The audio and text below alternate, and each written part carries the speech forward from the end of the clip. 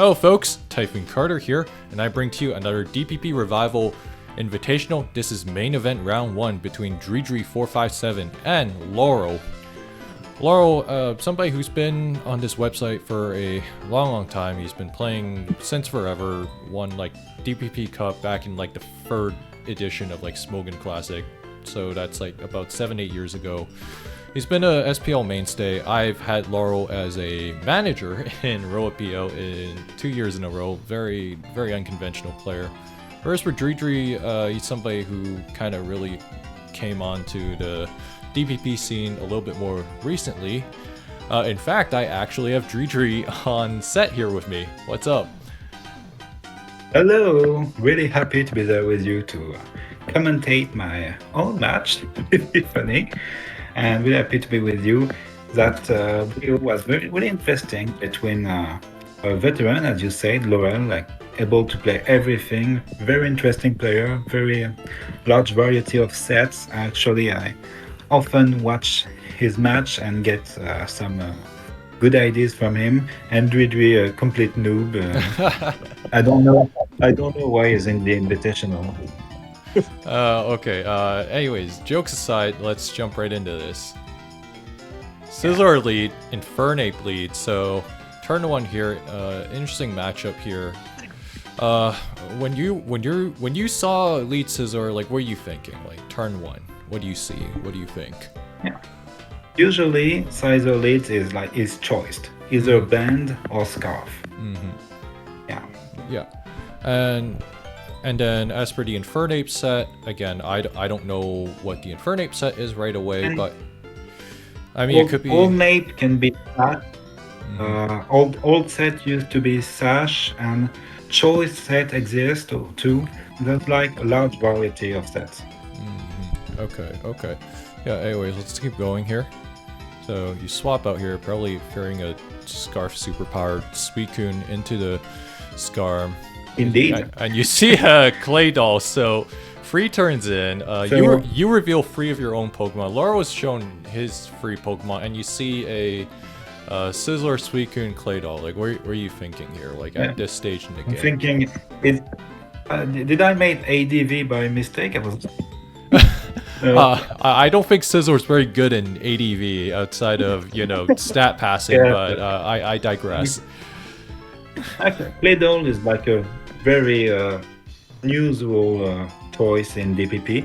It's been used even in SPL before as a Scarf set, Trick, Stealth Rock, Rapid Spin, lots of good practical move.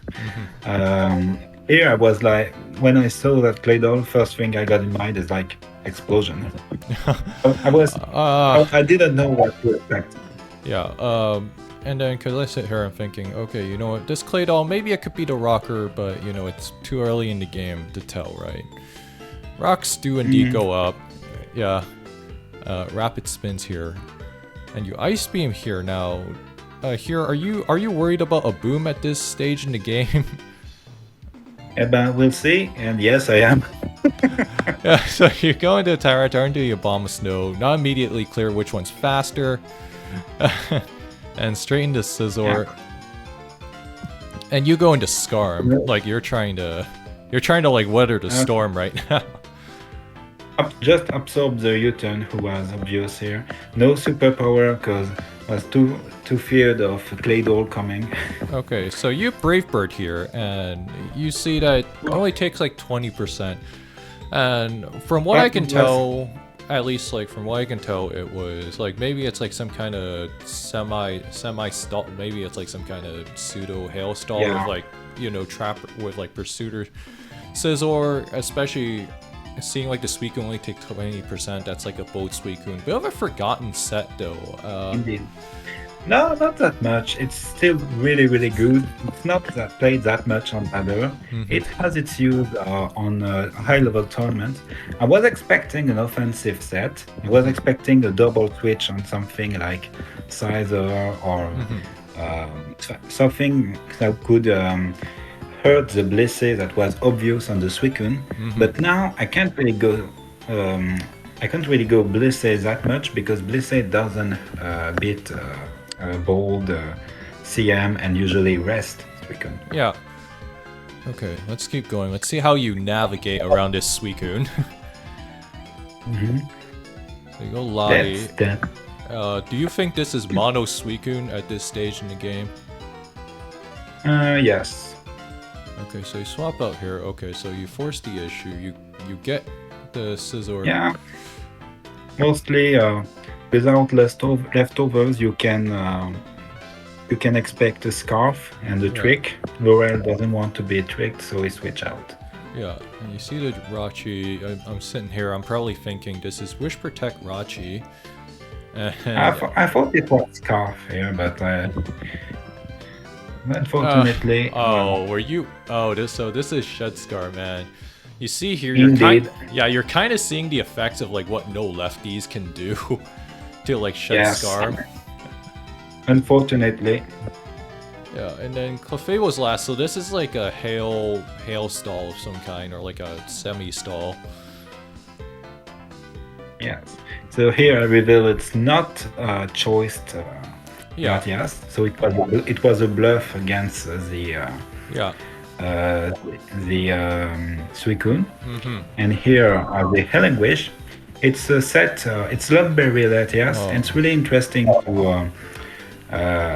to switch on Breloom. Here the team is weak to Breloom. We have a Titar, we have Blissey. Yeah, especially because like you're... Whoa, are you okay there? Anyways, yeah, so as you can see here, Dridri's team doesn't really have a great fight resist. I'm sitting here thinking like you probably have a second Breloom check, maybe something like a Gliscor, or like, you know, or even like for example that, or you know, something like that, like just, or even like a bulky Jirachee that could like take a superpower. But so you turned here on this Protect here. Were you? Yeah, like, was there, because like when I see this I'm thinking like, is there no reason for you not to like just keep CCing, especially like because CC will probably do a healthy amount to the Suicune, and then the doll, you're not sure about. I am not too hokoing the clay doll, unfortunately. Okay.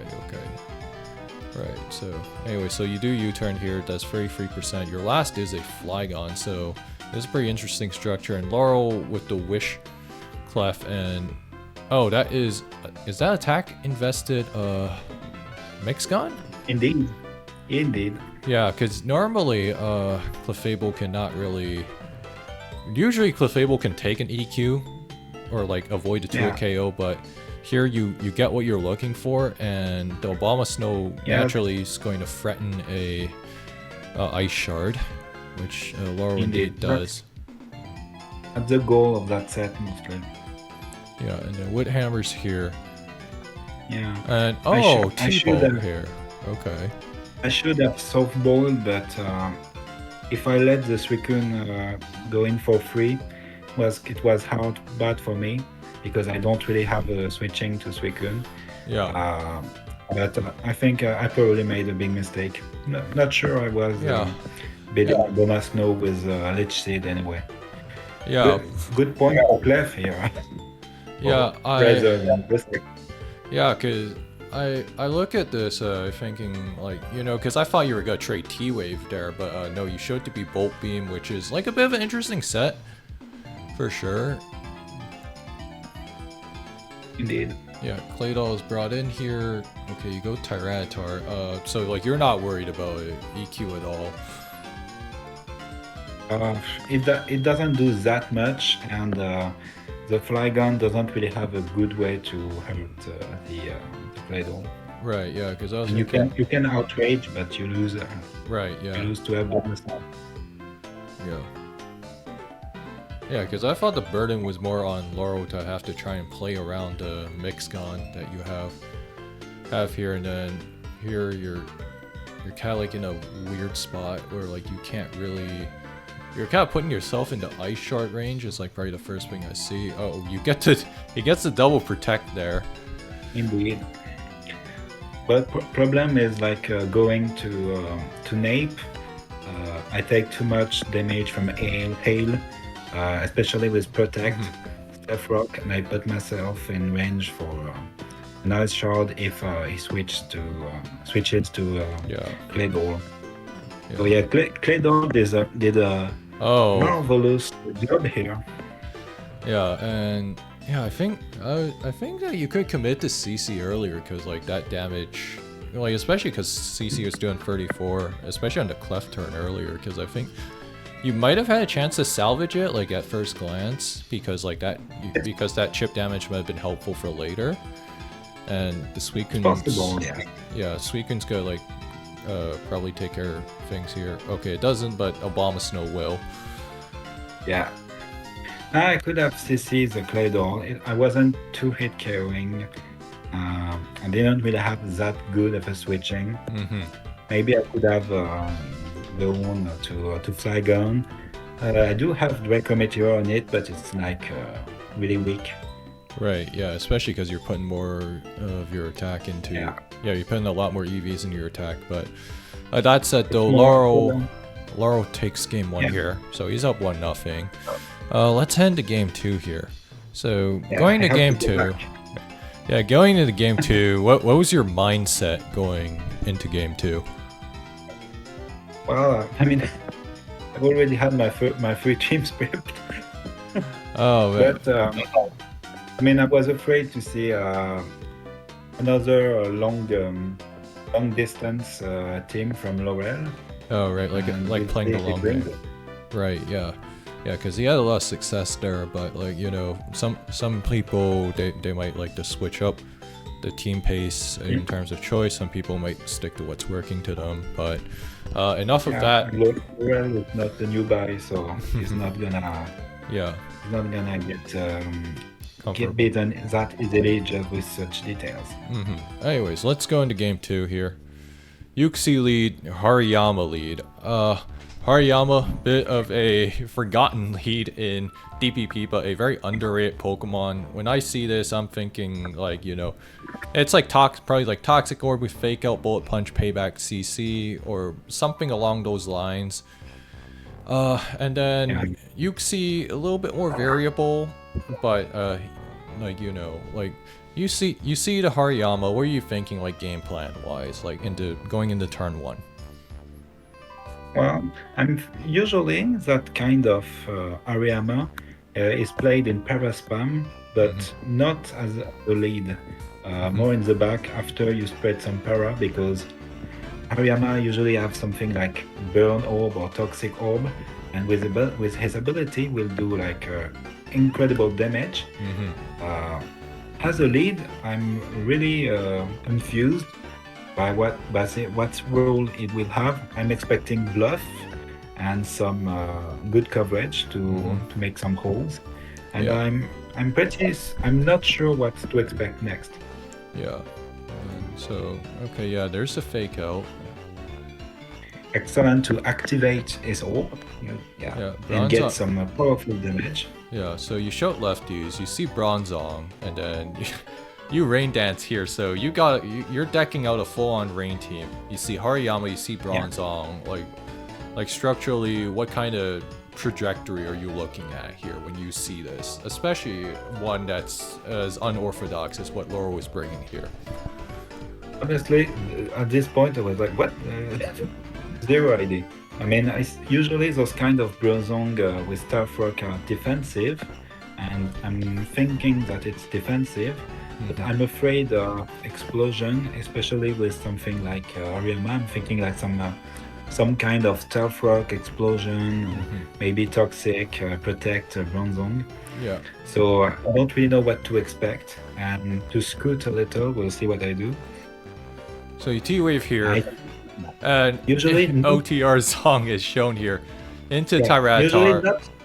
Not a good idea to T-Wave a Bronzong usually, because you will reinforce his Gyro Ball. But my Boxy, I don't remember its name of that one, is very defensive, so don't take too much. And I wanted to scoot what he was gonna do, Explosion, T-Wave, expecting a Rain Sweeper since I just made that. Yeah, and then so at this point, if I'm from your point of view, I'm probably expecting like, you know, like a fully dedicated Trick Room team, because like I'm like, You know what? This is something I could see Laurel pulling, and you know, you see the Hariyama, you see the Tyranitar, you see the Bronzong. Like, I wouldn't be surprised if I saw a Rhyperior as well.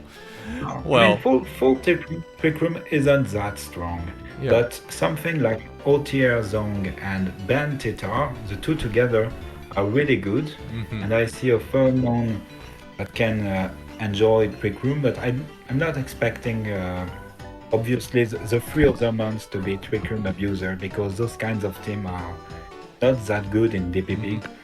But I'm expecting Ben Titar here, even like without knowing the rest of the match. It's Yeah. obviously banned. yeah.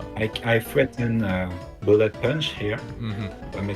We are expecting Laurel to switch out, not sacrifice his Tyranitar for nothing, especially since he has the Bronzong in the back. Yeah, especially because he also showed Rain Dance too, so the weather could be quite valuable for him. The other thing I'd maybe expect is maybe like a Healing Wisher, like just to give like one of Laurel's his, like Stevie Tar, like for example, like just a second chance at life, that kind of thing. But let's keep going. Let's Cresselia can do that kind of things, yeah. Yeah, and you get the crit on the Rotom here, 43%. That's decent damage. You don't know. Okay, so it shows lefties here, and oh, okay, hold on. Wait. That was under Trick Room. Hold on. How slow is your Celebi? Because I'm trying to make sense of this, right? Because That's kind of a weird situation. Like, if you were calking as I was doing during the match, the Rotom was max HP but without defense. So so I'm you expecting more speed. right? Speed F doesn't make much sense. Yeah. And my Celebi is 280 speed, nasty plot of power, 280 speed because you want to outspeed Itran. Yeah. Health power, Lift Storm, and HPI, if I remember. Right. Yeah. So And the the Rotom. Celebi, Rotom should Celebi be is basically- subsplit probably, if I like based on like what you've talked about so far. Rotom looking Yeah. to be subsplit, but let's keep moving along. and here. the Celebi, that kind of Celebi doesn't touch Bronzong, so it's not that valuable. And then Trick Room expires, your Scizor, you can kind of U-turn for free. Here again, you do exactly that, do 28%, and you bring in the Kingdra. Not surprising, because you showed Rain Dance Uxie earlier. Indeed. And Suicune's going to be sent out here. Hydro Pump's here, Yeah. so you get a huge crit there. Really, really lucky. Yeah, and then so you land it twice. But Yes. that completely drains any PP you have right now, and you see a Dragonite.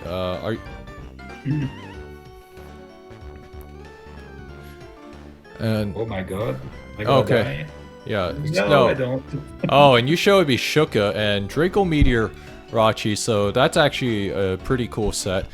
Like CM Draco, really good way for Super Rachi to lure in something like a Latias, which normally tends to sit on these Jirachees, and you're able to Actually snack the not kill. Super rushy, but Yeah, it's not super rushy because it's Iron Head, yeah. here, Cometeor, Oh, T-Bolt, and HP Ground. Okay, so like a semi-mixed Rachi, and Bronzong's gonna be brought out here, and full paras, so you're catching some huge breaks here. Surf's Indeed. here. Laurel finally gets the Trick Room off, but I mean the Scizor is looking like it's gonna be your meal ticket to kind of get out of this situation. Yeah. Interesting choice here to bring in the I mean, Uxie. the Sizer isn't Bullet Punch. It's a Choice Scarf Sizer. Oh, okay. So- So you were BP-less. Okay, and one turn of Trick Room left. And Indeed. yeah, naturally, it doesn't want the bulk drop. And Gengar is shown to be your last. And you explode here, and that somehow doesn't Yeah. kill, but the sand will. So Yes. so you take that Yeah. game too. And It's it's a 1-1. Gengar. It's a rain dance Gengar actually. Oh, So you with can explosion. rain dance. You can rain dance and die because it's really weak, or you can rain dance and die after you exploded, and Right. let Kingdra do some damage. Right, so Really, you... really cool mon. Oh, SOS gave me the ID, so I don't okay. actually know. Okay. Yeah, Boomgar, bit of a forgotten thread in DPP, but very much a legit Pokemon. So now it's 1-1. Let's go into game 3 here.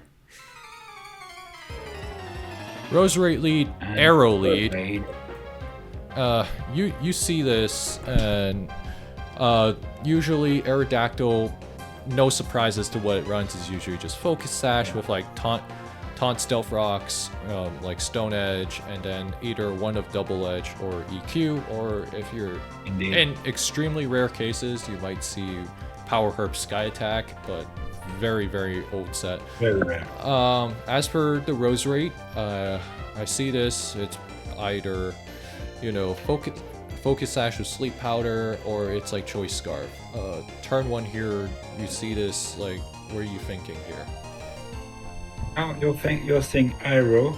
It's usually, mostly a hyper offense with mons that are weak to rocks, because the greatest strength of Aerodactyl is preventing rocks early. So you have Gyarados, Dragonite, usually accompanied by Dragon Dance Tyranitar and some Steel Sweepers. That's your usual Asho. Right. So let's keep playing this out. So you Grass Knot here, you think, oh, okay, Laurel's probably going to taunt, but that doesn't happen. You run into a Dragonite. Unfortunately, well fought by him. Yeah, DD's up here, and you commit to the Outrage. So Yeah, no choice here. Yeah. He was gonna stay, of course. Yeah, that was a... And then, now you see the Metagross, and, like, your Flygon's locked into Outrage, and you're probably sitting here thinking, like, how are you going to try to handle the rest of Laurel's team? Because you know there's multiple DDers in the back, like, there's obviously the Metagross, which can either be Trick Iron Ball or something like Agilagross, right? Like, alright. So, like, I was more expecting... Yeah. I was expecting more Agilagross in those kinds of team. It's pretty rare trick, Iron Ball. Yeah. And it's got no bulk. It's got no bulk here, so it's obvious ability. You get the free turn Outrage instead of the 2, which might be mildly unlucky. But you swap out the Heatran. And is this Shuka? Oh wait. Okay, so okay. Now I want to see how you navigate around this. EQ's here. You're playing. You don't want to get Meteor Mash on your Rotom, so just revealing Heatran, which is not a big surprise when you have a Rose-Red lead. Yeah. So not much damage doing that. Yeah. So you actually navigate through the Metagross relatively nicely. You threaten the KO with Bullet Punch on Scizor, and then you still have the Flygon that's intact for a possible revenge killer later still. Suicune here eats up the Waterfall, and Laurel brings out the Latias, so not too surprising. One of the big disadvantage I have here is that I don't... my worker is Heatran, and it's really hard to put rocks right now. With Gyara, with EQ, Metagross. Yeah, and you commit to this. Probably EQ Tita, here it comes. Yeah. Maybe I should have gone Heatran on the trick so as to put rocks, but I value the damage on Latias a lot. Yeah, and your structure, like, very typical FWG, and then you have the Flygon supporting it just because, like, the DD matchup is very shaky. And the Rotom here, showing lefties, was this like a sub-split Rotom or something along those lines? No, it's a defensive Rotom here. Okay. Rest Oak. Okay, so you have like this nice balance, whereas Laurel very telegraphed, like, triple DD, Arrow, Healing Wisher, Latias, and then the Agilagross. Yeah. And you see the Tyranitar, and you swap out here. I wasn't expecting an attack here. I was expecting a DD, And but maybe I underestimated the threat that Suicune represented to Laurel. Yeah. And I was going to grass knot the Tyranitar with the Scarf Rosewade because Oh, I okay. valued the Scarf Suicune more than Okay. Scarf Rosewade. Right. Maybe it was a mistake, but we'll see. Yeah. And then you deal decent damage with Bullet Punch on the Scizor. And then obviously your Flygon's like too low to actually do anything, or like to take one hit. So you're sent here and you follow up with Rotom, which is a interesting choice. Yeah, just bringing it in range of U-turn. Okay, so U-turn actually didn't kill there, and you were cool with this, but your Flygon's on a bit of a timer, can only really come in like one more time. Yeah, and here Scarf Suicune can spam Ice Beam, as nothing can switch on Scarf Ice Beam. Here everything dies except Gyarados. Yeah. So I can continue to Ice Beam. Alright, and Laurel here just DD's up again, and you go into Heatran and into Outrage, so Yeah. Mostly to sack, I was expecting an Earthquake, but I got pretty lucky here, it doesn't have it. I'm not sure it changed much because he was dying from sand, killing Heatran and Suicune, Right, and then no Flygon. right, and you were gonna like commit yourself to the Flygon Outrage endgame, like that was what you were kind of looking for, hope that you get the free turn Outrage and that you clean house from that point. So that was kind of like your path that you were looking for. But your Heatran ends up getting some extra mileage here. Yeah, And you explode here. indeed, because I don't want to let the Latias Healing Wish. Okay, yeah. And I mean, I could have gone Flygon directly, but I was low on timer and I just sent Suicune because I knew I was not losing it. But the right play was using Flygon immediately, especially in case the Metagross would have been cussed up, even if it's really unlikely in this kind of team. But I made a small mistake at the end, but really small. And I got pretty lucky game 2, decent game 3 against very experienced and formidable opponent. Pretty happy with that victory. yeah. So Dridri ends up taking the set 2-1 here.